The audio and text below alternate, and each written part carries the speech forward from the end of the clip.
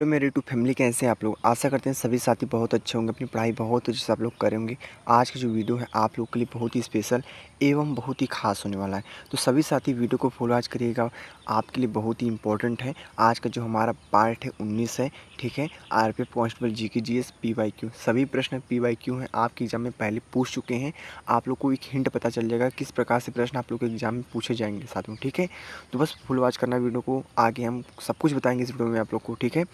तो जो हमारे प्रिय साथी अभी तक 1 से 18 पार्ट नहीं देखे तो चैनल पे उपलब्ध है हमारे, आप लोग जाइएगा देख लीजिएगा, ठीक है। चलते हैं हम प्रश्नों को स्टार्ट करते हैं, किस प्रकार से प्रश्न पूछे जाते हैं सब कुछ इस वीडियो में चर्चा करेंगे साथ में, ठीक है। और कुछ महत्वपूर्ण टिप्स टेक्निक्स भी बताएंगे आप लोग को एग्जाम में क्या करना है, ठीक है। चलते हैं पहले प्रश्न से स्टार्ट करते हैं। पहला प्रश्न को पढ़ते हैं, अच्छे से बताते हैं इस प्रश्न का आंसर। आप लोग को पता रहेगा तो आप लोग कमेंट में जरूर बताना साथ में, ठीक है। और जो हमारे प्रिय साथी भी चैनल पर नए हैं चैनल को सब्सक्राइब जरूर कर लेना। चलते ही स्टार्ट करते हैं। पहला प्रश्न आप लोग के लिए कौन सा हमारा है, बोला है केरल का पालघाट दर्रा, पालघाट दर्रा लिखा है साथियों, ठीक है। क्या लिखा है, दर्रा लिखा है, ठीक है। ध्यान रखना, केरल का पालघाट दर्रा को जोड़ता है, पालघाट दर्रा को पालघाट को जोड़ता है, ठीक है। तो ध्यान रखना प्रश्न को, ठीक है। एक घाट से प्रश्न पूछा, पालघाट दर्रा से प्रश्न पूछा हमारा। तो देख सकते हैं इस प्रश्न का जो राइट आंसर होगा कोयम्बटूर से है, बेंगलुरु से है, चेन्नई से है, कोच्चि से है। तो साथियों बता दी, इस जो हमारे प्रश्न का राइट आंसर होगा आपकी स्क्रीन पे दिख रहा होगा, पहला जो प्रश्न आप लोग का पहला ऑप्शन दिख रहा होगा कोयम्बटूर से जोड़ता है। पालघाट दर्रा पालघाट को कोयम्बटूर से जोड़ता है। तो आप लोग क्लियर हो चुके हैं सभी साथी अच्छे से। हमारा पहले प्रश्न का राइट आंसर कौन सा होगा, कोयम्बटूर हो जाएगा, ठीक है। तो हमारा पहला प्रश्न अच्छे से क्लियर हो चुका है। चलते हैं इसी पर अगले नेक्स्ट प्रश्न को देखते हैं, ठीक है। हम लोग एक एक प्रश्न को बहुत बारीकी से पढ़ेंगे और आप लोग को इतना गारंटी मैं देता हूँ, बस इस वीडियो में ही आप लोग को पूरे सारी प्रश्न मैं आपको रटवा दूंगा, ठीक है। स्टार्ट करते हैं नेक्स्ट प्रश्न को। नेक्स्ट प्रश्न साथियों हमारा है, निम्नलिखित में से कौन सा खेल रोमन रिंग्स संबंधित है। साथियों नाम सुने होंगे रोमन रिंग्स, ठीक है। और बहुत ही फेमस रोमन रिंग्स, ये आप लोग को पता भी होगा। ये रोमन रिंग्स WWE में खेलते हैं, ठीक है, जिसको कहते हैं क्या, जिम्नास्टिक बोला जाता है। साथियों बता दें, निम्नलिखित में से कौन सा खेल रोमन रिंग्स संबंधित है। इनमें कबड्डी रोमन रिंग्स खेलते हैं, नहीं खेला जाते। बेसबॉल रोमन रिंग्स नहीं होते उसमें, स्क्वैश में रोमन रिंग्स नहीं होते। बाकी एक ही जो ऐसा है जिसमें रोमन रिंग्स रहते हैं, तो जिम्नास्टिक है। क्या है, जिम्नास्टिक। यहाँ पे मैं लिख देता हूँ जिम्नास्टिक, जिम्नास्टिक क्या होगा, जिम्नास्टिक। तो पहला ऑप्शन इस प्रश्न का राइट आंसर हो जाएगा, ऑप्शन नंबर ए वाला साथी आप लोग का राइट आंसर हो जाएगा, ठीक है। बहुत ही महत्वपूर्ण प्रश्न था आप लोग के लिए। सेम ऐसे ही प्रश्न नॉर्मली प्रश्न आपको एग्जाम में पूछे जाएंगे, ज़्यादा हार्ड लेवल के प्रश्न नहीं रहेंगे, ठीक है। ऐसा प्रश्न पूछा जाएगा कि आपकी समझ में रहे प्रश्न, ठीक है, आपकी समझ के बाहर न रहे। अब उससे भी आप लोग समझदार नहीं है तो आप लोग क्या बताएं, ठीक है। तो नॉर्मली प्रश्न रहते हैं, नॉर्मली प्रश्न रहते हैं, जो थोड़ा मेहनत करेंगे वो प्रश्न को, वो एग्जाम को क्वालिफाई कर सकते हैं, ठीक है। ज़्यादा हार्ड लेवल के प्रश्न नहीं पूछ जाते हैं आरपीएफ कांस्टेबल में। एसआई की बात नहीं कर रहा हूँ, एसआई में थोड़ा हार्ड पूछ दिए जाते हैं, लेकिन कांस्टेबल में हार्ड नहीं पूछे जाते हैं, ठीक है। क्योंकि जो क्यों नहीं पूछे जाते हैं, बहुत से बच्चों का कमेंट होता है ना, एसआई में क्या होता है, फिजिकल टाइट नहीं होता, लेकिन जो कांस्टेबल में होता है फिजिकल टाइट होता है। इसमें 5:45 आप लोग को रनिंग पूरी करनी होती है पूरे 1600 मीटर की, ठीक है। तो ध्यान रखना, इसका फिजिकल टाइट होता है लेकिन एग्जाम ज़्यादा हार्ड नहीं होता, ठीक है। चलते हैं इसी पर अगले नेक्स्ट प्रश्न को देखेंगे। हम अगला प्रश्न हमारा कौन सा, आज का हमारा तीसरा प्रश्न है, उस्ताद जाकिर हुसैन किसके लिए प्रसिद्ध है। जो उस्ताद जाकिर हुसैन है वो किसके लिए प्रसिद्ध है, ये बताना है आप लोग को। बहुत ही सिंपल प्रश्न है, तबला के लिए है, गिटार के लिए है, बांसुरी के लिए है, पियोना के लिए। तो बता दें साथियों, इस प्रश्न का जो राइट आंसर होगा तबला हो जाएगा आप लोग का, तबला, यानी ऑप्शन नंबर ए वाला इस प्रश्न का क्या हमारा राइट आंसर हो जाएगा। बहुत ही महत्वपूर्ण प्रश्न था आप लोग के लिए, तीसरा प्रश्न हमारा। अब हम चलते हैं इसी प्रकार अगले नेक्स्ट प्रश्न को देखेंगे साथियों, ठीक है। तो अगला प्रश्न आप लोग की स्क्रीन पे आ चुका है, आज का चौथा प्रश्न। तो चौथे प्रश्न को पढ़ते हैं, बताते हैं इस प्रश्न का आंसर क्या हो सकता है। तो चौथे प्रश्न को पढ़िए आप लोग। बोला है, निम्नलिखित में से कौन डेंगू वायरस का वाहक है। क्या प्रश्न पूछा है, निम्नलिखित में से कौन डेंगू वायरस का वाहक है। तो बताएंगे आप लोग, मादा एडिज मच्छर है, नर एनाफ्लीज मच्छर है, नर एडिज मच्छर है, मादा एनाफ्लीज मच्छर है। तो सभी साथी बता सकते हैं इस प्रश्न का आंसर क्या हो सकता है। बहुत नॉर्मली प्रश्न आप लोग के लिए। तो बता दें इस प्रश्न का जो राइट आंसर होगा मादा एडिज, क्या होगा, मादा एडिज मच्छर। तो बहुत ही सिंपल प्रश्न था आप लोग के लिए, मादा एडिज मच्छर आप लोग का पहला ऑप्शन इस प्रश्न का हमारा बहुत ही महत्वपूर्ण क्वेश्चन का राइट आंसर हो जाएगा। तो सभी बच्चे क्लियर हो चुके हैं। जो चौथे प्रश्न का राइट आंसर कौन सा होगा, आपकी स्क्रीन पे पहला ऑप्शन इस प्रश्न का राइट आंसर हो जाएगा, ठीक है। और आपसे निवेदन है, रिक्वेस्ट है, आप लोग जितने मैं प्रश्नों को बता रहा हूँ अपने प्रश्न को नोट जरूर करना, क्योंकि आपके लिए बहुत ही स्पेशल प्रश्न है। मैं उन्हीं प्रश्नों को बताता हूँ जो आपके एग्जाम में ना रिपीटेड होते हैं और जो आप लोग के बहुत ही ज़्यादा महत्वपूर्ण होते हैं। क्योंकि फालतू चीज़ों को आप लोग ध्यान मत रखिए, क्योंकि आपका एग्जाम भी बहुत ही करीब हो चुका है। तो आप लोग मेहनत कीजिए अपने टॉपिक पे, ठीक है। जितना हो सके उतना PYQ को हल कीजिए, क्योंकि आप लोगों को तरीका पता चलेगा वहीं से किस प्रकार से प्रश्न पूछे जाते हैं, कहाँ से प्रश्न अधिकतर पूछे जाते हैं। ठीक है, तो साथियों बता दें अगले नेक्स्ट प्रश्न को। अगला प्रश्न हमारा कौन सा आज का 5वां प्रश्न है। तो 5वां प्रश्न हम बोलते हैं, किसके सिफारिश पर भारत की राष्ट्रपति अनुच्छेद 370 को स्थगित कर सकते हैं। क्या प्रश्न है, किसके सिफारिश पर भारत की राष्ट्रपति अनुच्छेद 370 को स्थगित कर सकते हैं। तो बता दें साथियों, इस जो हमारे प्रश्न का राइट आंसर होगा, राज्य की विधानसभा है, मंत्रिपरिषद है, राज्यपाल है, संसद है। तो बता दें साथियों, जो बोला है सिफारिश पर भारत की राष्ट्रपति अनुच्छेद 370 को स्थगित कर सकते हैं, वो राज्य की विधानसभा है। क्या है, राज्य की विधानसभा। ठीक है, तो विधानसभा, राज्य की विधानसभा आप लोग का इस प्रश्न का राइट आंसर, आप लोग का 5वें का राइट आंसर ए वाला हो जाएगा। सभी साथी अच्छे से क्लियर हो चुके हैं।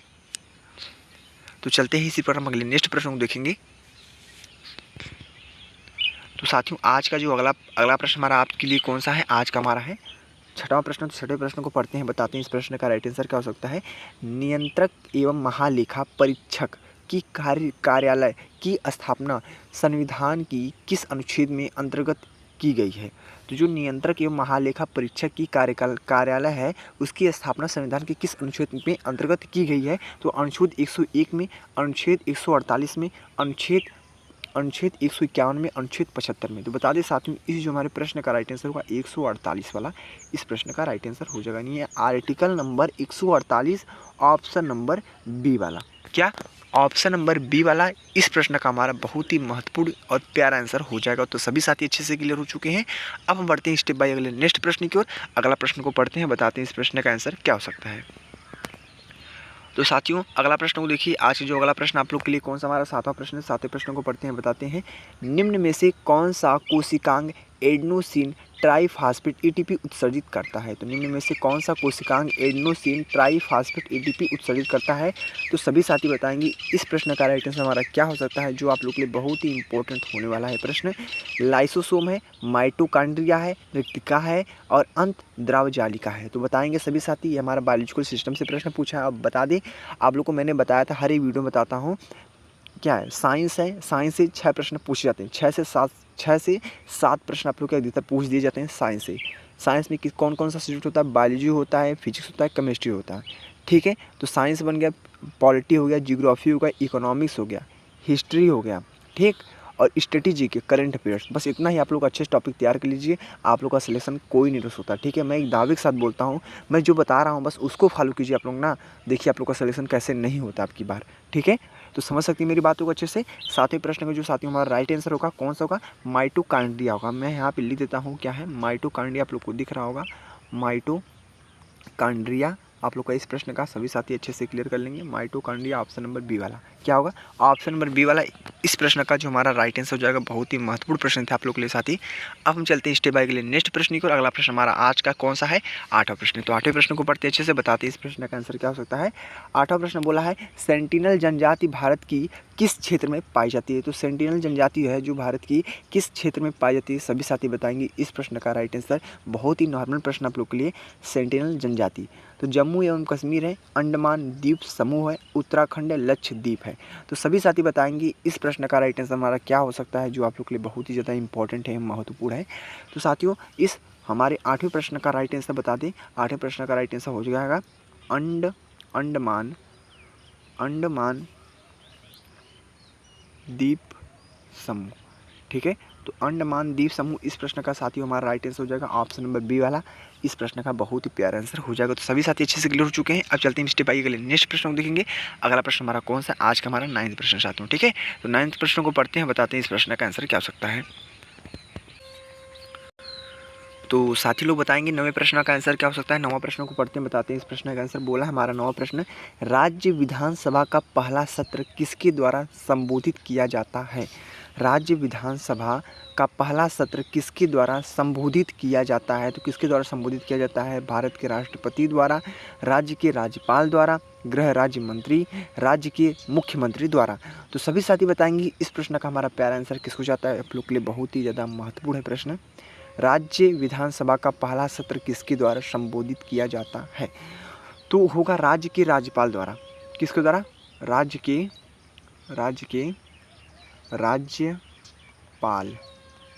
राज्यपाल द्वारा। ठीक है, तो सभी साथी इस चीज़ क्लियर हो गया। ऑप्शन नंबर बी वाला हमारा इस प्रश्न का क्या होगा, राइट आंसर हो जाएगा, राज्य के राज्यपाल द्वारा। तो चलते हैं इसी पर हम अगले नेक्स्ट प्रश्न को देखेंगे। अगला प्रश्न हमारा कौन सा आपके लिए, तो अगला प्रश्न आप लोग के लिए आ चुका है आपकी स्क्रीन बोर्ड पे। आज हमारा 10वां प्रश्न, 10वें प्रश्न को पढ़ते हैं, अच्छे से बताते हैं इस प्रश्न का राइट आंसर क्या हो सकता है। तो साथ ही हम 10वें प्रश्न को पढ़ते हैं। गारो पहाड़ियाँ का सर्वोच्च शिखर है, गारो पहाड़ियों का सर्वोच्च शिखर है, तो गारो पहाड़ियों का सर्वोच्च शिखर क्या है, हमको बस यही बताना है, बहुत सिंपल प्रश्न है। टाइगर पहाड़ियाँ हैं, नोक्रेक पहाड़ियाँ हैं, नीलगिरी पहाड़ियाँ हैं, सारामती पहाड़ियाँ। तो सभी साथी बताएंगे इस प्रश्न का हमारा राइट आंसर क्या हो सकता है, जो आप लोग के लिए बहुत ही ज़्यादा इंपॉर्टेंट है, महत्वपूर्ण है साथियों। तो गारो पहाड़ियों का सर्वोच्च शिखर क्या है, हमारे पहाड़ियों से प्रश्न पूछा साथियों। तो बता दें साथियों, इस जो हमारे प्रश्न का 10वें प्रश्न का राइट आंसर होगा नोक्रेक। नाम तो सुने होंगे आप लोग, नोक्रेक। ठीक है, नोक्रेक पहाड़ियाँ। ठीक है, तो नोक्रेक पहाड़ियाँ इस प्रश्न का साथियों हमारा राइट आंसर हो जाएगा। आप लोग क्लियर हो चुके हैं, आज का हमारा B option is the right answer हो जाएगा। तो 10वें प्रश्न भी अच्छे से हमने क्लियर कर लिया। आप लोग देख लिया, हमने 1 से 10 प्रश्न तक क्लियर किया, आप लोग को बहुत अच्छे समझ में आया होगा। क्या आप लोग को कोई भी बच्चा बताए, कोई भी डाउट है आप लोग के पास, कोई भी डाउट हो आप लोग कमेंट बॉक्स से तुरंत आप लोग क्वेश्चन को तुरंत पूछिए मुझसे। ठीक है, तो चलते हैं हम अगले नेक्स्ट प्रश्न को देखेंगे। अगला प्रश्न आप लोग की स्क्रीन पे आ चुका है। आज का हमारे 11 प्रश्न है, तो 11 प्रश्नों को पढ़ते हैं, बताते हैं इस प्रश्न का राइट आंसर क्या हो सकता है आप लोग के लिए। भारत के ग्रामीण क्षेत्रों में व्यापक स्तर पर पाई जाने वाली बेरोजगारी का कौन सा प्रकार है। भारत के ग्रामीण क्षेत्रों में व्यापक स्तर पर पाई जाने वाली बेरोजगारी का कौन सा प्रकार है। तो प्रचलन बेरोजगारी है, अस्थायी बेरोजगारी है, संरचनात्मक बेरोजगारी है, स्वैच्छिक बेरोजगारी है। तो बताते हैं साथियों इस प्रश्न का राइट आंसर हमारा क्या सकता है, जो आप लोग के लिए बहुत ही ज़्यादा महत्वपूर्ण होने वाला है इस प्रश्न। तो 11वें प्रश्न का जो राइट आंसर होगा मैं बताता हूँ, यहाँ पे लिख देता हूँ, क्या होगा, प्रचलन बेरोजगारी। क्या है, प्रचलन बेरोजगारी आप लोग का इस प्रश्न का साथ ही राइट आंसर हो जाएगा, जो आप लोग के लिए बहुत ज़्यादा महत्वपूर्ण है। आप लोग का A option is the right answer हो जाएगा। ठीक है, तो सभी साथी अच्छे से क्लियर हो चुके हैं, आज का 11 प्रश्न हमारा राइट आंसर हो जाएगा। तो चलते हैं इसी प्रकार हम अगले नेक्स्ट प्रश्न देखेंगे। अगला प्रश्न आज का कौन सा आपकी स्क्रीन बोर्ड पर है, आज का हमारा 12 प्रश्न। ठीक है, तो 12 प्रश्न क्या है, सभी साथी बताएंगे इस प्रश्न का आंसर। 12 प्रश्न आप लोग के लिए बहुत ज़्यादा महत्वपूर्ण है। निम्न में से कौन सा एक प्राथमिक क्षेत्र के अंतर्गत नहीं आता है। तो निम्न में से कौन सा एक प्राथमिक क्षेत्र के अंतर्गत नहीं आता है, तो सभी साथी बताएंगे इस प्रश्न का हमारा राइट आंसर क्या सकता है, जो आप लोग के लिए बहुत ही स्पेशल प्रश्न है। प्राथमिक क्षेत्र के अंतर्गत नहीं आता, ये ध्यान रखना। हाँ या नहीं में बहुत से बच्चे कंफ्यूज हो जाते हैं, लेकिन आप लोग को ध्यान से प्रश्न को पढ़ना है। तेल शोधन है, पशुपालन है, वानिकी है, मत्स्यिकी है। ठीक है, तो बताएंगे इस प्रश्न का जो हमारा राइट आंसर होगा, आप लोग के लिए बता दें साथियों, क्या होगा, तेल शोधन।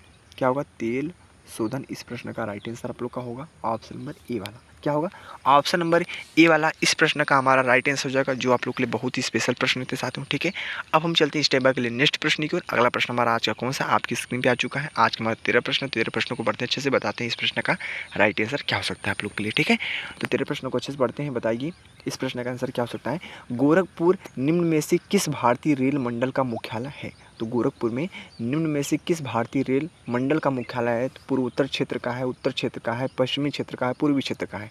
तो सभी साथी बताएंगे इस प्रश्न का आंसर क्या हो सकता है। तो जो आप लोग के लिए बहुत ज़्यादा महत्वपूर्ण है, 13वें प्रश्न का जो राइट आंसर होगा साथियों बता देते हैं। इस प्रश्न का मैं यहाँ पे लिख देता हूँ, इस प्रश्न का राइट आंसर होगा पूर्व उत्तर। क्या होगा, पूर्व उत्तर क्षेत्र आप लोग का इस प्रश्न का साथ ही हमारा राइट आंसर हो जाएगा, जो आप लोग के लिए बहुत ही ज़्यादा महत्वपूर्ण है होने वाला है। ठीक है, तो A option is the right answer हो जाएगा। चलते हैं सिर्फ स्टेप बाय स्टेप अगले नेक्स्ट प्रश्न की ओर बढ़ते हैं। अगला प्रश्न आप लोग के लिए कौन सा आज का हमारा है 14 प्रश्न। तो 14 प्रश्नों को पढ़ते हैं, अच्छे से बताते हैं इस प्रश्न का राइट आंसर क्या हो सकता है। तो 14 प्रश्न हमारा आज का कौन सा बोला है, निम्नलिखित में से कौन सी खेती की आधुनिक विधि है।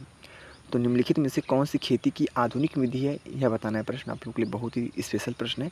निम्नलिखित में से कौन सी खेती की आधुनिक विधि है। आधुनिक विधि पूछा है साथियों, तो जैव उर्वरक है, कीटनाशक है, उच्च पैदावार के लिए है, बांध है। तो बताएंगे आप लोग सभी साथी इस प्रश्न का राइट आंसर हमारा क्या हो सकता है, जो आप लोग के लिए बहुत ही स्पेशलिस्ट प्रश्न है। तो इस 14वें प्रश्न का जो राइट आंसर होगा जैव, मैं यहाँ पे सब कुछ आप लोग को लिख के बता रहा हूँ कि आप लोग को कोई भी प्रॉब्लम ना हो। जैव उर्वरक इस प्रश्न का राइट आंसर हो जाएगा, जैव उर्वरक ऑप्शन नंबर ए वाला, ऑप्शन नंबर ए वाला। ठीक है, ऑप्शन नंबर ए वाला इस प्रश्न का साथ ही हमारा राइट आंसर हो जाएगा जैव उर्वरक। क्या होगा, जैव उर्वरक। तो सभी साथी अच्छे से क्लियर हो चुके हैं। आज का देख रहे हैं हमारा 14 प्रश्न भी बहुत अच्छे से हमने क्लियर कर चुका है। ठीक है, अब हम चलते हैं स्टेप बाय अगले नेक्स्ट प्रश्न को बढ़ते हैं। ठीक है, तो साथियों हम चलते हैं अगले नेक्स्ट प्रश्न को देखेंगे। अगला प्रश्न आप लोग की स्क्रीन पे आ चुका है। आज के जो हमारा 15 प्रश्न है, तो 15 प्रश्नों को पढ़ते हैं, अच्छे से बताते हैं इस प्रश्न का आंसर क्या हो सकता है आप लोग के लिए। तो 15 प्रश्न का आंसर भी बताइए आप लोग। पुदुचेरी विधानसभा की स्थापना किस वर्ष की गई थी? जो आप लोग के लिए बहुत ही महत्वपूर्ण प्रश्न है आप लोग के लिए।